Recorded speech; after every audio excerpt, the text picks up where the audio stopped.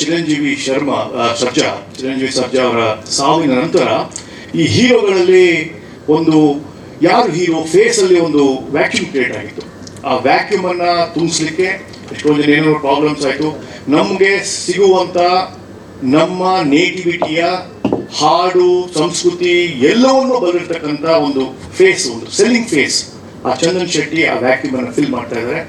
Chandan Shetty is here to stay for long movies.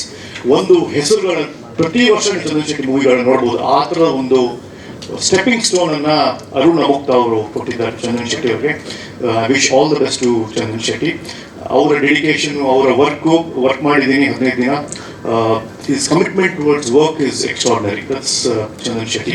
So Chandan ಶೆಟ್ಟಿಗೆ ಒಂದು place ಸಿಕ್ತು, ಒಂದು ಜಾಗ ಬೇಕಾಗಿತ್ತು ಒಂದು Kannada film industry hero list ಅಲ್ಲಿ. 1 to 4 ನೀವು ತಗೊಂಡಾಗ ಬರೀ they are all very busy, ವರ್ಷಕ್ಕೆ 2 ಮೂವಿ. ಆಮೇಲೆ ನೀವು I don't call them be heroes ಅಂತ, ಸೆಕೆಂಡ್ ಲೆವೆಲ್ ಹೀರೋಸ್ ಅಂತ ನಾವೇನು ಕರಿತೀವಿ. ಅಲ್ಲಿ ಒಂದು ವ್ಯಾಕ್ಯೂಮ್ ಆಗಿತ್ತು. ಆ ವ್ಯಾಕ್ಯೂಮ್ಗೆ ಜಾಗ ತುಂಬಲಿಕ್ಕೆ ಇವತ್ತು ಚಂದನ್ ಶೆಟ್ಟಿ ಅವರ ಒಂದು ವಿಸಿಟಿಂಗ್ ಕಾರ್ಡ್ ರೆಡಿ ಆಗಿದೆ. ಆ ವಿಸಿಟಿಂಗ್ ಕಾರ್ಡೇ ವಿದ್ಯಾರ್ಥಿನಿ. This visiting card will take Chandan Shetty in a long way.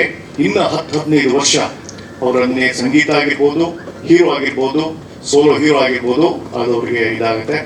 Arun ಅವ್ರ ಜೊತೆಗೆ ವರ್ಕ್ ಮಾಡಿದಾಗ